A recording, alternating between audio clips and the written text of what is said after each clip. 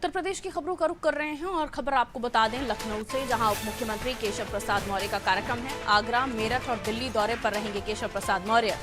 अलग अलग कार्यक्रम होंगे जिनमें उनकी मौजूदगी रहने वाली है। आगरा, मेरठ में पदाधिकारियों के साथ बैठक होगी। मेरठ के बाद दिल्ली रवाना हो जाएंगे डिप्टी सीएम। दिल्ली के उत्तर प्रदेश सदन पहुंचेंगे केशव प्रसाद मौर्य।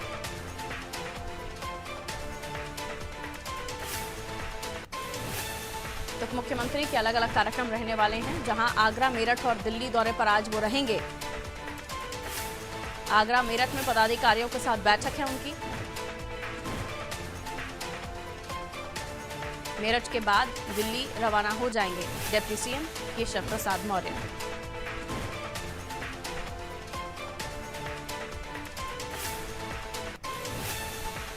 देवेंद्र जुड़े हुए हमारे साथ खबर पर जानकारी के लिए। केशव प्रसाद मौर्य अब लगातार कार्यक्रमों में जा रहे हैं और जाहिर सी बात है अलग अलग कार्यक्रमों में उप मुख्यमंत्री हैं, उनकी मौजूदगी होना आवश्यक भी होता है। यहाँ हम आगरा, मेरठ की बात करें तो उनकी पदाधिकारियों के साथ बैठक होने वाली है। किस विषय पर यह बैठक आयोजित की गई है, कौन से वो पदाधिकारी होंगे जो शामिल होंगे, क्या कुछ इसको लेकर जानकारी आपके पास देवेंद्र?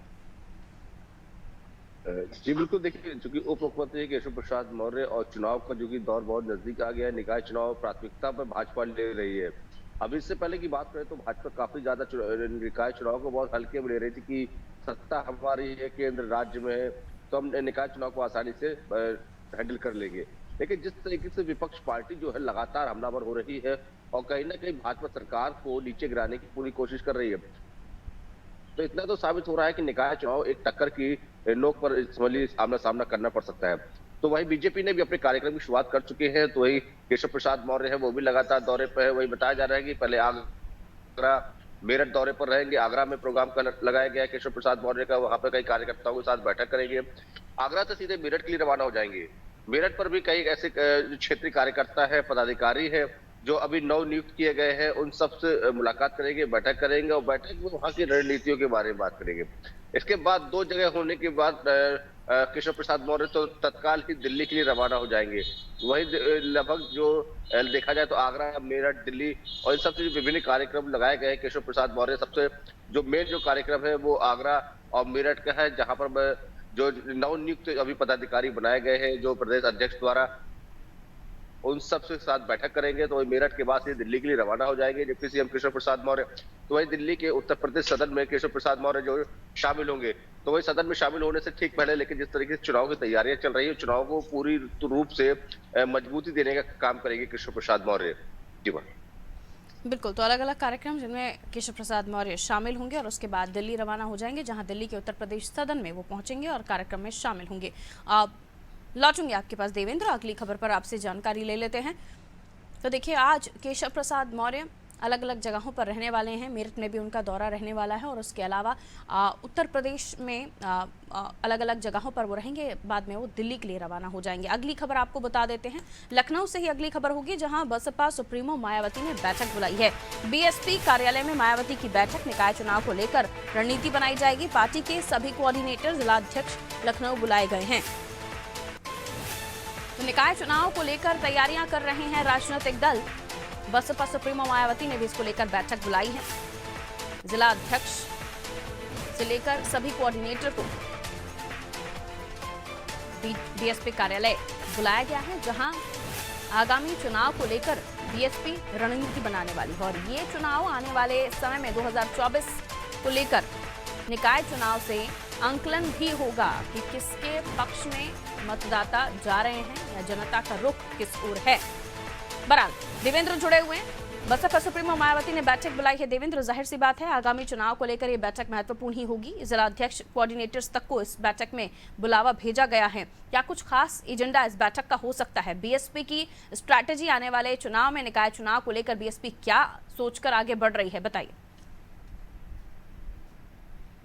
पारुल, देखिए बीएसपी भले ही आज की तारीख में बहुत सक्सेस पार्टी ना हो रही हो, लेकिन मायावती चूंकि राजनीतिक क्षेत्र में काफी बड़ा तजुर्बा रखती है, तो कहीं ना कहीं इस बार जो निकाय चुनाव चूंकि को लेकर एक बैठक बीएसपी कार्यालय में बुलाया गया, जिससे मायावती खुद वहां उपस्थित होंगी और उस बैठक की शुरुआत करेंगे।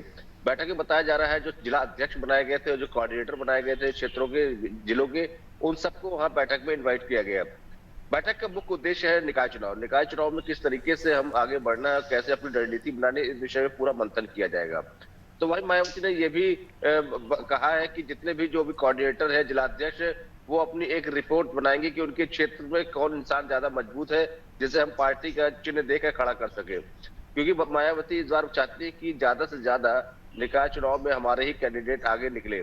तो वही पारुल एक चीज और क्लियर कर देते हैं कि मायावती भले ही ज्यादा सक्रिय नहीं हो रही है इन दिनों, वो किसी न किसी मुद्दे पर अक्सर उनके बयान सिर्फ जारी होते रहते हैं, या ट्विटर के माध्यम से या फिर मीडिया प्रेस रिलीज के माध्यम से। लेकिन अब चूंकि निकाय चुनाव जैसे नजदीक आ रहा है, तो मायावती इसका जो काम है बहुत तेजी से आगे बढ़ना शुरू हो चुका है।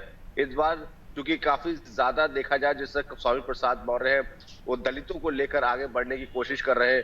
काशी राम जी का को लेकर एक बड़ा इवेंट प्रोग्राम करने जा रहे हैं स्वामी प्रसाद मौर्य, और जिसमें अखिलेश यादव खुद शिरकत करेंगे। और उसमें उस कार्यक्रम में अखिलेश यादव जो है दलितों का वोट के लिए अपील करेंगे।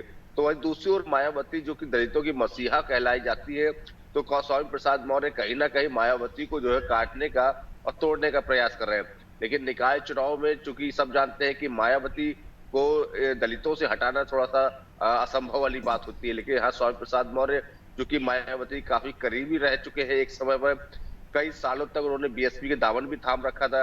अब चूंकि वो चुनाव में उनको मायावती को एक तरह से कांटे की टक्कर दे रहे हैं स्वामी प्रसाद मौर्य। तो वहीं बीएसपी कार्यालय पर क्योंकि ठीक 11 बजे करीब एक बैठक बुलाई गई है मायावती द्वारा, उस बैठक में क्या फैसले लिए जाएंगे, क्या निर्णय लिए जाएंगे, ये तो बैठक के बाद ही पता चल पाएगा। बिल्कुल, आप किस तरह की रणनीति बनाती है बीएसपी? देखिए, ये इलेक्शन में बीएसपी भले ही बहुत ज़्यादा अच्छा परफॉर्मेंस नहीं कर पा रही है उत्तर प्रदेश में। इन चुनाव में हम देख रहे हैं लगातार जो इस वक्त इलेक्शंस हुए हैं, लेकिन अब बीएसपी को, क्योंकि उनका जुड़ाव जिस तरीके से जनता के साथ रहा है, खासतौर पर दलित वोटर जिनको हमेशा टारगेट करते आए हैं, अब उन्हें वापस से, क्योंकि अलग अलग पार्टियां अलग अलग तरह की स्ट्रैटेजी अपना रही हैं, क्योंकि वो भी चाहते हैं कि बड़ा वोट बैंक उनके पास भी आए। अब दूसरे दलों की रणनीति को समझते हुए बीएसपी अपनी रणनीति में किस तरह से बदलाव करेगी, क्योंकि कटाक्ष भी दोनों ही तरफ से होते हैं। और ऐसे में बीएसपी की क्या आने वाले समय पर रणनीति होने वाली है, निकाय चुनाव में वो कितना कारगर साबित होने वाली है? क्योंकि एक तरफ सरकार है जिनके पास योजनाएं हैं, जिनके पास तमाम अलग अलग वर्ग के लिए अलग अलग चीज़ें हैं जो वो अपने अपने मंचों से बताते भी हैं, जिसमें राजनीतिक दल, खासतौर पर बीजेपी की मैं बात कर रही हूँ। वैसे में बीएसपी क्या फार्मूला लेकर आती है, कितना वो फार्मूला काम करेगा, ये तमाम चीज़ें होंगी जिन पर नज़र होगी। और अगली खबर पर मैं आपसे जानकारी लेती हूँ हमारे दर्शकों के लिए। लौट रहे हैं देवेंद्र आपके पास, अगली खबर पर आपसे बात करेंगे। तो देखिए, बहुत ही महत्वपूर्ण है उत्तर प्रदेश की जब बात कर रहे हैं, तो उत्तर प्रदेश को समझना अपने आप में बेहद ही महत्वपूर्ण हो जाता है। और चलिए अब बड़ी खबर आपको बता देते हैं, पर फिर से लखनऊ से ही, जहाँ प्रदेश में अब डॉक्टरों की कमी दूर होगी। कैसे? 2382 पदों पर डॉक्टरों की भर्ती करने जा रही है सरकार। लोक सेवा आयोग में प्रस्ताव भेजा गया है, मंजूरी मिलने के बाद डॉक्टरों की भर्ती होगी। और ये बहुत ज़रूरी भी है, क्योंकि हम लगातार देख रहे हैं कोरोना ने फिर से दस्तक दे दी। अलग अलग वेरिएंट के जो रूप हैं वो सामने निकल कर आ रहे हैं, और उत्तर प्रदेश वो राज्य था जहां पर हमने देखा था कि कोरोना ने काफ़ी तबाही मचाई थी। और अब जब हम स्वास्थ्य महकमे की बात करते हैं, तो राज्य कोई भी हो, स्वास्थ्य सुविधाएं बेहतर होनी चाहिए, जनता को बेहतर इलाज मिल सके, किसी तरह की परेशानी ना आए। और उत्तर प्रदेश नहीं, सभी राज्यों में स्थिति यही है कि डॉक्टरों की कमी देखी जाती है। आबादी के हिसाब से जितने डॉक्टर्स होने चाहिए, स्पेशलिस्ट होने चाहिए, वो नहीं होते हैं। ऐसे में डॉक्टरों की भर्ती सभी चाहते हैं, सभी राज्यों में चाहते हैं, सभी जनता भी चाहती है कि जब वो पहुंचे अस्पताल तो उन्हें डॉक्टर उनका ट्रीटमेंट करने के लिए, उनका इलाज करने के लिए मौजूद हो। बराबर 2382 पदों पर भर्ती की बात कही जा रही है। जानकारी ले लेते हैं देवेंद्र। अच्छी कोशिश, अच्छा कदम, लेकिन ये कब तक हो पाएगा पूरा? लोक सेवा आयोग में प्रस्ताव भेजा गया है, डॉक्टर्स उतने हैं जो भर्तियां निकाली गई हैं, उन्हें भरने के लिए क्या योजना है? क्योंकि हम देखते हैं जब डॉक्टरों की भर्ती की बात आती है, डॉक्टर तो तैयार हो जाते हैं, लेकिन वो अपने प्राइवेट क्लिनिक ज़्यादा संचालित करते हैं या दूर देशों में जाकर काम कर रहे होते हैं। और एकदम सही आपने बात कही है ये, कि डॉक्टर जो सरकारी डॉक्टर होते हैं, अगर हम उनकी जांच करें या फिर उनके पीछे एक टीम बैठा दे, तो हर एक डॉक्टर का एक अपना प्राइवेट क्लिनिक होता है, और प्राइवेट क्लिनिक के साथ साथ एक उनका प्राइवेट हॉस्पिटल भी होता है। और कई डॉक्टर तो ऐसे भी है जो सरकारी सैलरी भी उठाते हैं और किसी बड़े हॉस्पिटल से भी टाई अप किए रहते हैं, तो वो ज्यादा से ज्यादा समय लेकिन वो प्राइवेट हॉस्पिटल में देते हैं, ना कि सरकारी हॉस्पिटल में देते हैं। यदि कोई बड़ा केस उनके सामने आता है तो वो सीधा उन केस को दूसरे प्राइवेट हॉस्पिटल में रिफर कर देते हैं। उनका एक सीधा सीधा फंडा है कि हमारे यहाँ सुविधा नहीं है और सरकारी हॉस्पिटल है, आपको रिफर कर दिया इस हॉस्पिटल में।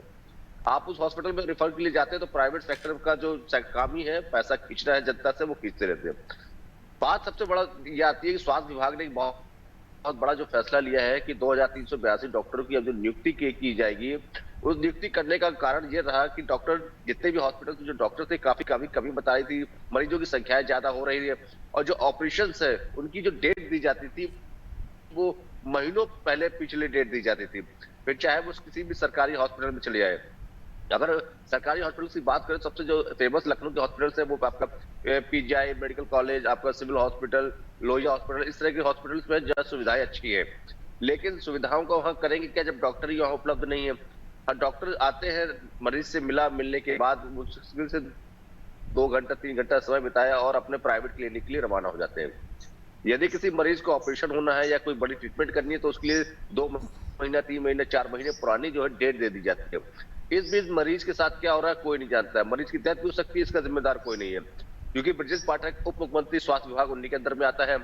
उन्होंने एक अच्छा फैसला लिया है कि इस बार डॉक्टरों की संख्या बढ़ाई जाएगी, नई नियुक्ति की जाएगी।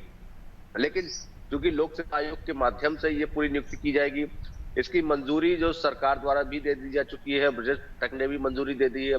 तो बेहतर इलाज के लिए ब्रजेश पाठक एक अच्छा समझ लीजिए पहल कर रहे हैं। लेकिन चूंकि ब्रजेश पाठक पहल तो अच्छा करते हैं, लेकिन उसका पहल जो कि डॉक्टर्स करनी है वो डॉक्टर ही लापरवाही जो दिखाई देते हैं। तो वही बात करें जितने भी डॉक्टर रिटायर्ड है उनको लेकर भी एक गहरा होने वाले जो डॉक्टर रिटायर्ड हो चुके हैं या जो होने वाले हैं उनको लेकर भी सरकार कहीं ना कहीं विचार बना रही कि उन डॉक्टरों को हम कुछ ऐसी जगह अगर वो चाहे तो वापस ड्यूटी ज्वाइन करके उन्हें ऐसी जगह पर भेजेंगे जहां पर डॉक्टरों की बहुत ज्यादा कमी है फिलहाल अभी के लिए। बाकी जब नियुक्ति हो जाएगी तो उसके लिए नए डॉक्टर की जाएगी। तो वही संविदा पर जितने भी जो डॉक्टर है उन सबको भी परमानेंट रखने की विचार कर रही है डिप्टी सीएम ब्रजेश पाठक। तो इसके देखा जाए तो 1903 ऐसे डॉक्टर है जो संविदा पर काम कर रहे हैं अभी और 344 रिटायर्ड डॉक्टर हैं जिन पर पुनः विचार किया जा रहा है कि इनको अब डॉक्टर में नियुक्ति दे देते हैं ताकि हॉस्पिटल की जो कार्यशैली वो बरकरार रहे, जो स्वास्थ्य के लिए जो यहाँ पर मरीज आ रहे हैं उनको सुविधाएं पूरी मिल सके। फिलहाल सरकार अपना तो काम पूरी अच्छे से कर रही है, लेकिन सबसे बड़ी इंपॉर्टेंट है कि डॉक्टर जब इस तरह की लापरवाही करेंगे, अनुमान देखा जाता है कि पीजीआई के डॉक्टर से या वेदांता मेडिकल कॉलेज बड़े डॉक्टर जो है वो इंडिया में रहते हैं लेकिन फॉरेन में जाके वहां ऑपरेशन करके बड़ी मोटी रकम लेकर आते हैं। तो इस तरह से डॉक्टरों की जो लापरवाही है मरीजों के प्रति वो बहुत ज्यादा देखने को मिलती है। आए दिन ऐसे वीडियो भी सामने आते थे, डॉक्टर ने मरीज के साथ बदतमीजी कर दी या उस मरीज का इलाज सही से नहीं हो पाया, अच्छा खासा मरीज गया ऑपरेशन के लिए गया, वहां ऑपरेशन से उसकी डेथ हो गई, कोई कारण डेथ का नहीं बताया जाता है। तो जिस तरीके से डॉक्टरों की जो स्वास्थ्य विभाग अपनी सख्ती तो बरत रहा है, लेकिन जो वहां पे कर्मचारी हैं जो डॉक्टर उनको स्वास्थ्य विभाग की सख्ती का कोई असर नहीं दिखाई दे रहा है। पर बिल्कुल, ऐसे में जब डॉक्टर्स की संख्या बढ़ेगी तो इन तमाम चीज़ों में सुधार होगा ही। लेकिन जब डॉक्टर्स की भर्ती होती है तो तमाम डॉक्टर्स से जब हम चर्चा करते हैं कि क्यों आखिर डॉक्टर्स का रुख जो है उस ओर जा रहा है, दूसरी ओर जा रहा है जहां वो प्राइवेट क्लिनिक में संचालित करके प्राइवेट क्लिनिक चला रहे होते हैं, या फिर वो युवा जो डॉक्टर बनने के बाद दूसरे देशों की तरफ चला जाता है, उनसे जब चर्चा की जाती है तो वो जो इनकम उन्हें होती है या जो इतना जाहिर सी बात है जब एक डॉक्टर जब बनता है तो उसके पीछे बहुत सारी चीज़ों को उसने कहीं ना कहीं फेस किया हुआ होता है, कई सारे चैलेंजेस, कई सारी चुनौतियां पार करके वो एक डॉक्टर बना है। तो उस चीज़ को भी हमें समझना होगा और सरकार को इस ओर भी ध्यान देना होगा ताकि हमारे देश के जो बच्चे हैं, जो स्टूडेंट्स हैं, जो डॉक्टर्स बनते हैं वो हमारे देश में ही सेवाएं दें, ना कि दूसरे देशों में जाकर काम करें। उसके पीछे सबसे बड़ी प्रॉब्लम उनके साथ यही है, समस्या यही है कि उन्हें उतना अमाउंट मिल पा रहा है, उतनी तनख्वाह मिल पा रही है जिससे वो अपना पढ़ाई के लिए लिया हुआ लोन चुका पाएँ या आने वाले समय में सेविंग्स कर पाएँ। उनके सामने कई सारी चुनौतियां होती हैं, या फिर उन डॉक्टर्स को वो कोशिश करके वो समझाइश देना कि आने वाले समय में क्या कुछ उन्हें आने वाले समय में फ़ायदे हो सकते हैं। और दूसरी तस्वीर वो भी आ जाती है जब हम देखते हैं कि परिजन नाराज़ हो जाते हैं और डॉक्टर के सामने कोई सिक्योरिटी नहीं होती है, वो भी एक तकलीफ होती है डॉक्टर्स की। बहरहाल बहुत शुक्रिया देवेंद्र जानकारी देने के लिए। देवेंद्र हमारे साथ जुड़े हुए थे जहाँ वो हमें तमाम उत्तर प्रदेश की बड़ी खबरों के से रूबरू करा रहे थे।